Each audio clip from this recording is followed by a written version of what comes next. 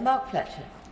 Thank you, Madam Deputy Speaker. In anticipation of the Honourable Lady, the member for Birmingham Yardley's speech, I think we're all sort of slightly baffled as to why we're here. This is a sort of ludicrous loophole that we know is a problem. We've found out, to a certain extent, the scale of the problem, although there are still questions about that. The fact that there is a problem and it should be solved, I think, is agreed by all sides of the House, although I wait to hear from the Home Office on that front. And the fact that we should be solving this seems very clear. I did a sort of local media interview yesterday because I had a 10-minute rule subject, as you know, Madam Deputy Speaker, on the same subject. And my sort of local BBC reporter, who was trying their very best to be devil's advocate and impartial, reached the point and said, "Are you banging your head against the wall? This seems an absolute no-brainer." And I feel the sort of previous Honourable Lady strayed into that territory. So I'll go back to where I intended to start, which is to thank the Honourable Lady, the member for Rotherham, not just for bringing today's debate, and also I should thank the Backbench Business Committee for granting it, but also for all of the work that she has done on this. As she knows, I am a latecomer to this, and I've ended up in this world because of some constituency casework. And I can't say, having spent the last sort of 2 months or so looking into this issue, that I am any the wiser as to why this hasn't been solved. And there are undoubtedly some complications, and we have a small and minor disagreement about possibly how to solve this, but that is a part of what I will touch on. But also, I should at this stage also say, as I did yesterday, thank you to the Safeguarding Alliance, who have provided so much data, so much leadership, so much coherence, and who I fear have been banging their head against the wall a lot more than I have in recent times. And, you know, I think it's a great credit to them that so many MPs are here today. Many of my Conservative colleagues are in Windsor for an away day. Some lucky whips and others have drawn the duty of avoiding that, and I think that's probably wise of them to volunteer. As I said, and I wish not to draw on any of the details that I covered in yesterday's 10-minute rule bill, which I think set out the problem, and as the Honourable Member for Rotherham did, the sort of the sheer horrendousness of this situation. And it does feel rather like we're in a situation in which we are prioritising the rights of sexual offenders over the rights of the general public, over the rights of people who need to know if the people working in their schools are safe, need to know if the people working in their care homes are safe, need to know if their partner has a past, need to know if someone who is interacting with their child is safe. And I drew on sort of the Ian Huntley situation and the Burchard inquiry that the Honourable Lady referred to only seconds ago. I drew on that yesterday. That was 2004. And yet, here we are in the same situation, still talking about the need to prevent sex offenders changing their name. And it is worth noting that the DBS service, Disclosure and Barring Service, that we now use, came as a result of Mr. Ian Huntley's horrendous actions. And indeed, the Burchard inquiry led to the DBS system being created. And it is that very same system that is being undermined by the ability of offenders to change their name and to escape recognition from that, and therefore for the authorities to have a blind spot. Now, I've mentioned that we have a small disagreement over perhaps how the Honourable Member for Rotherham and I, over perhaps what needs to be done. I'm not necessarily sure either of us would object to the other's solution being accepted. I think it's the problem that needs solving, but I think it is worth stating to the Minister in advance of her speech that I am pretty solutions agnostic. The fact that there is a problem and it needs solving is, I think, beyond dispute, but how we get to that solving, I think, is absolutely important. But there are some things, some complications to what we are trying to do that I think are worth acknowledging, because they are undoubtedly what the Home Office officials and the Ministry of Justice officials will run to try and prevent any progress. And so I will put them on the record now, and we can sort of consider them together. But one of them is that we have long and established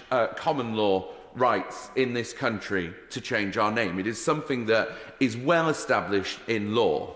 Now, my personal perspective is that you surrender certain rights when you are charged and found guilty of an offence by the state. That is my opinion. It's not necessarily the opinion of this House, because I don't think they've necessarily voted specifically on this issue. However, as I drew attention to yesterday, when it comes to voting rights, we have prevented prisoners from exercising those rights, and I think there is a clear comparison. It is worth noting that changing your name through the unenrolled process could not be easier if you tried. There is a sort of a wording that is effectively, I, old name of insert address, have given up my name, write the old name, and have adopted for all purposes the name, and then insert the new name. So I could leave this chamber being called John Burko if someone would kindly sign my or countersign, and it is that simple. I use that perhaps facetiously, and I certainly don't wish to bring Mr. Burko back into this chamber in any way, shape or form, but it is nevertheless worth considering that is the unenrolled process. There is a slightly different system if you want to do it for a legal system. I changed my name when I was 7 years old. My original name is Mark Hannington, which is my dad's name. I changed it because my mum remarried. But it is, relatively common and indeed incredibly easy. And I know that we are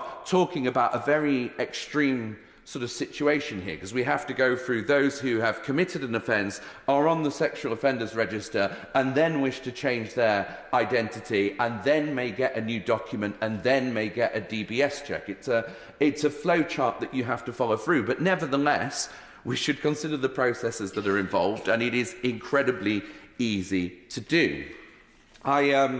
The Home Office yesterday released a statement in response in part to the BBC's latest research, which the Honourable Lady has already touched on, and I won't, about our incredibly robust response. And I found myself in more than one local media interview just laughing.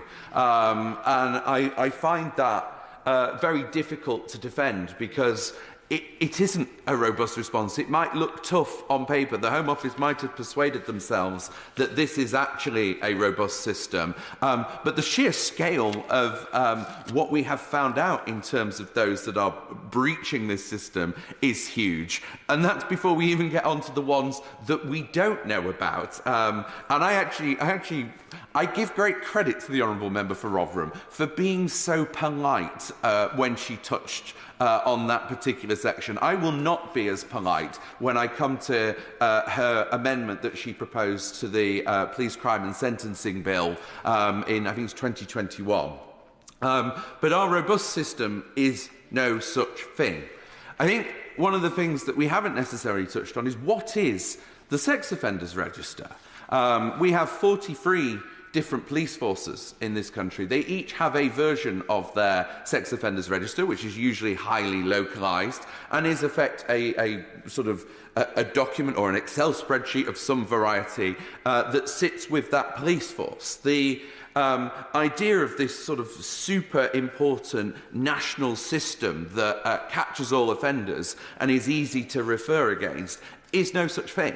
And I had to say, in my discussions with the Safeguarding Alliance, I was pretty horrified to discover this, because again, it is part of the system that it sounds official, it sounds good, but actually it is not quite the robust and safeguard-friendly system that we would like to see. And I have to say, I very happily give way.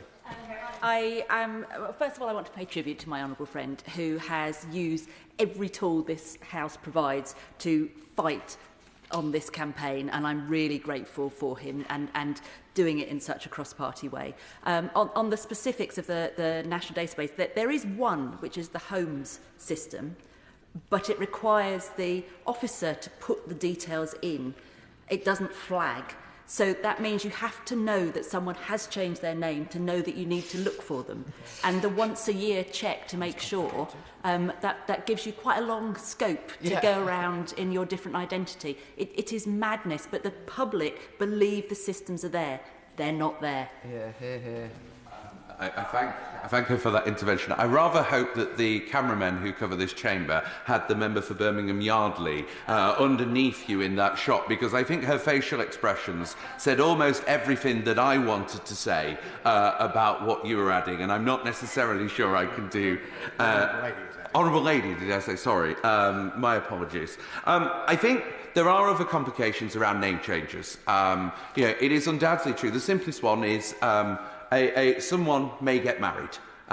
So someone on the sex offenders sex offenders register may get married, and that in and of itself may provide a complication or a barrier. I again refer to my previous statements about giving up certain rights. It has been alluded to in terms of potentially changing gender, and I think we've heard two excellent speeches that I don't feel the need to touch on any further than that.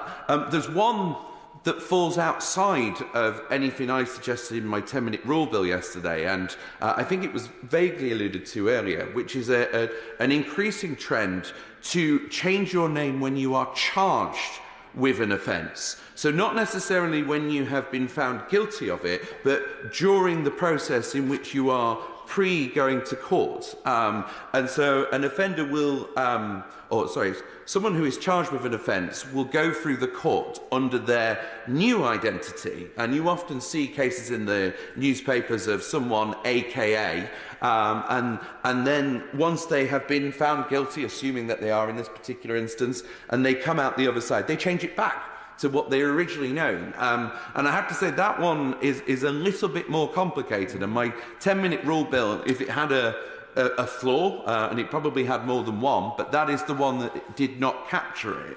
However, what has been alluded to are two documents that we keep with us throughout our lives. Our birth certificate does not change. Our national insurance number does not change.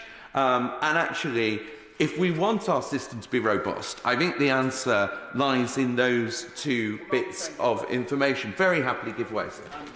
I'm grateful, and he's raising some concerns where some exceptions can be made, and we can do that because, as it stands, the right to change your name, which is an important right, is not a completely unqualified right. There are 6 criteria by which you cannot change your name. For example, if it promotes criminal activity, if it promotes racial, sexual or religious intolerance, if it ridicules people or business. I seem to recall some years ago a disgruntled customer changed his name to the Halifax Building Society are complete bastards, or something to that effect. I may be doing the Halifax an injustice, but it was to that effect.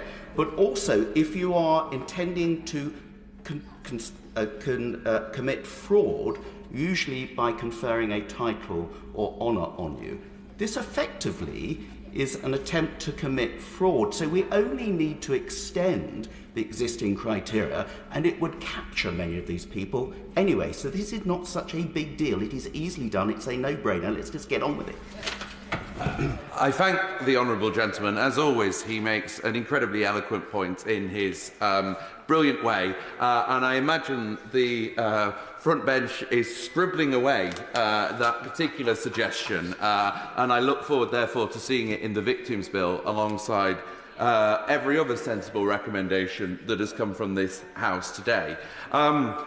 So I wanted to put some of these complications on the record simply because I do acknowledge that this is not a perfect scenario, but I go back to this is an absolute headbanger in terms of why 20 years on from a horrific set of crimes in which this was identified, we still haven't done anything. And I return to the Honourable Lady for Rotherham's amendment or suggested amendment to the Police Crime and Sentencing Bill, in which I have read her speech, and again, she incredibly eloquently told Della's story in that committee room. She put forward actually a very sensible and minuscule amendment in the grand scheme of things, which was to ask for a report into the scale of the problem. And again, this is one of the things that I struggle with, is we don't actually know how widespread this is, because we could change the law today and prevent this problem going forward. But unfortunately, we've had years in which it has been operational and not necessarily allowed, but it has been happening. And I have to say, and I'm relying on second-hand testimony here, but the minister at the dispatch box, it was quite easy to read, said, "We will happily do the report. Please don't move your amendment. We're going to do it."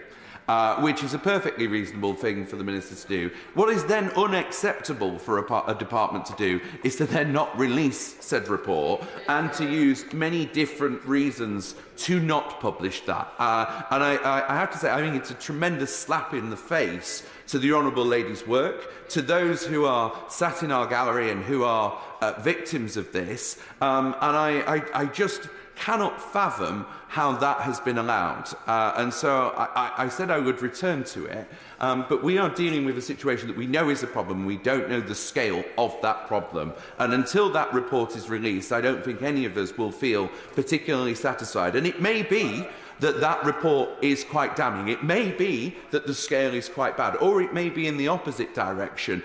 Either way, we as lawmakers who are particularly cooperative with the government front bench on that, and who have been constructive throughout, as far as I have seen. And I, again, thank you for being so generous to me. But if we do not see that report, I cannot work out why. And I urge the Minister to give thought to that. So I will conclude simply by saying I am banging my head against the wall, because we need to take action on this. I came to this because of constituency casework. We have already heard a number of other MPs have had similar casework. This problem needs to be fixed. The rights of sex offenders and the rights to be able to change your name do not trump safeguarding in this country. And I would urge the government to think very long and hard about any opportunity that is forthcoming to amend the statutes and to ensure that on a legal basis and operationally this cannot be allowed to continue. Thank you, Mr Deputy Speaker, and I'd like to congratulate and pay tribute to my honourable friend, the member for Rotherham, who has done so much and said so much on this very issue. When it comes to the protection of the most vulnerable and those who so often feel they do not have a voice, the Honourable Lady for Rotherham has stood up and elevated their voices in this place and beyond. I'd also like to thank the many constituents of Liverpool Wavertree who have contacted me about this important subject and debate. Sex offenders are a scourge on our society. They commit the most heinous of crimes, and the ripple effects of their actions on their victim, their family and their friends cannot be overstated, both in the immediate aftermath of the crime but also long into the future. Anyone can fall victim to sex offences, but it is often women, girls and young boys. Della Wright's story is testimony as to why we in this place to date have failed to close loopholes that make it all too easy for sex offenders to mask their identity and avoid detection.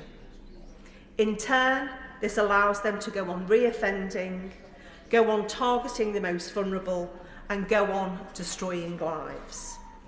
This has gone on for far too long, Mr Deputy Speaker, and enough really is enough.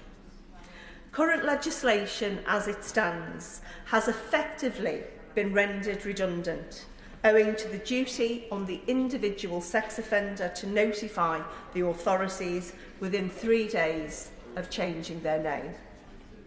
In thousands of instances, it is apparent these individuals in society are not doing the right thing and notifying the police. Why are we shocked? We shouldn't be. And whilst we remain shocked, the consequences are being played out every single day in our communities. And thanks to the extensive work of organisations like the Safeguarding Alliance, the picture could not be clearer. We have absolute clarity as lawmakers as to what needs to be done, and the Home Office must not drag its feet any further. Due to the name change loophole, the effectiveness of the Sex Offenders Register, the Child Sex Offender Disclosure Scheme, the Domestic Violence Disclosure Scheme and the Disclosure and Barring Service are effectively rudderless. Through their work, the Safeguarding Alliance have exposed the scale of this epidemic that we in this place and government must act upon. Every day that goes by and we in this place fail to act, we are betraying the bravery and tenacity of survivors like Della Rice and those whose voices we are yet to hear. Quite frankly, that should be something that shames us all. To the Home Office and the Minister today, I say this: publish the internal review, let's get legislation on the floor of this House, because the most vulnerable in our society, the victims, deserve nothing less. Beresford. Thank you, Mr Deputy Speaker. I must congratulate the member for Rotherham and the member for Bolsover for having put the case yesterday and today and put it extremely well. Also the Honourable Lady from Edinburgh, I was fascinated with what she had to say from experience, and people with dealing with these individuals, it's some experience. I'm not going to repeat the exercise of what the problem is or come up with any sort of solutions, but in the United Kingdom, on the legislation dealing with protection of children, we have probably led the way. And we started that with a proactive approach rather than a reactive approach, which I think is the right way to do it. If it's possible, you get the offender before the offender's got the child. And this is the thinking, in a way, behind what we're talking about today. I went on a parliamentary police course with the Met Police in the early 2000s. This included a session with the Met Police paedophile unit. Most people in the country read on the front pages, or page 3 or something of the newspapers, about cases, but they don't really know. They don't really have a feel of what it was like. This session with the Met Police paedophile unit was an enormous shock to me, an absolutely mind-boggling shock. It's unbelievable what some people will do to children. And I asked the then DCI Bob McLachlan, who was the head of the police unit, a relatively small one, a fraction of what it is now, a stupid question. I asked him if he'd give me a wild guess about how many active paedophiles there were in England. He said there were enough active paedophiles, and this is 20 years ago, before the internet really got hold of it, there was enough active paedophiles in this country for one for every street. And he said 20% of them are female. 10%, half of the 20%, were females working with males. But the other 10% were females without males working with them. This has changed, and it's changed not the percentages necessarily, but the numbers have changed because of the internet. Now, the biggest basic ground level step along the lines of protecting children proactively was the anti-grooming legislation in 2003. It was a big step. We were the first country to do it. It's been mimicked across the world. A senior barrister I know has warned me quite some time back. She's somebody who's worked in a considerable number of very high-profile child protection cases, both as a prosecutor and a defender. She said to me in a moment after a glass of wine that these individuals are the slipperiest, most devious liars she's ever met. It must be expected that being on what's colloquially known as the sex offenders list, there's no actual list that you can look at, but that's the way the papers put it, means that these individuals will try to get round the system. They take jobs because the job is secondary to what they actually want to do, and their primary thing is to abuse children. Many have tried to move their addresses, and we had to change the law several times to overcome that difficulty. Many of them have got round, for a while, the attempts by the police and the probation officers to inspect. But we changed that. It was a loophole. This is a loophole that we're looking at today. We can change it, and I hope that the Minister, if she's not going to take, for whatever reason, the 10-minute rule bill, can do what happened back before we brought the legislation in on grooming and put together a small team to look at the problem and to come forward quickly with the legislation that's acceptable to the department and to us to close that loophole. And that's what David Blunkett did. My honourable friend is one of the first members that spoke to me around the risks that paedophiles in particular presented to this society. And does he agree with me that the biggest flaw we have in the legislation around the change of name by deed poll is that it is entirely based on the honour and honesty of the sex offender to give the correct details in the scheme that we've got at the moment? That's the loop that we have to close. I completely agree, and to put honesty and these individuals together as a clash is an almighty clash. They don't match. David Blunkett set up a small team in the Home Office to look at the child protection legislation as it came through in the 2003 Act. And he asked me to join that small team, along with a man called DCI, Dave Marshall.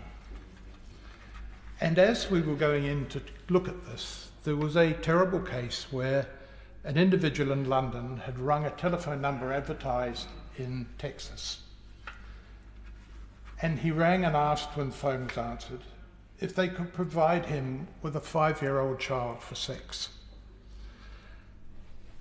And the Texan said, "Come on over." "Sure we can." And he said, "I can't come over. Can you give me a number of somebody in London?" And the Texan cop, as it was, because it was a sting, said yes, and gave the number of the Metropolitan Police paedophile unit, fortunately. When the individual rang there, they said, "Yes, we'll provide you with a 5-year-old child." And of course, when he knocked on the door expecting a 5-year-old child, he got a 6-foot-something or other police officer who arrested him. But the big problem was that they didn't know for sure what legislation they could use to prosecute this individual, because he hadn't seen a child, he hadn't touched a child, etc. And that's where we went back and came up with a grooming legislation. And this is an opportunity now for a loophole, and the paedophiles will constantly look for loopholes. A loophole can be changed. So I hope, if the 10-minute rule bill is not acceptable, can the Minister please set up a very small team of competent people, both sides of the House represented, but with the police there and with officials and lawyers, to quickly come up with something to shut this loophole down, because it's going to be abused, and I suspect, as I found when I was dealing with this type of legislation, that the people will be reading Hansard avidly will be paedophiles. And some of them that hadn't thought of changing their name will now think of changing their name and using and abusing the situation.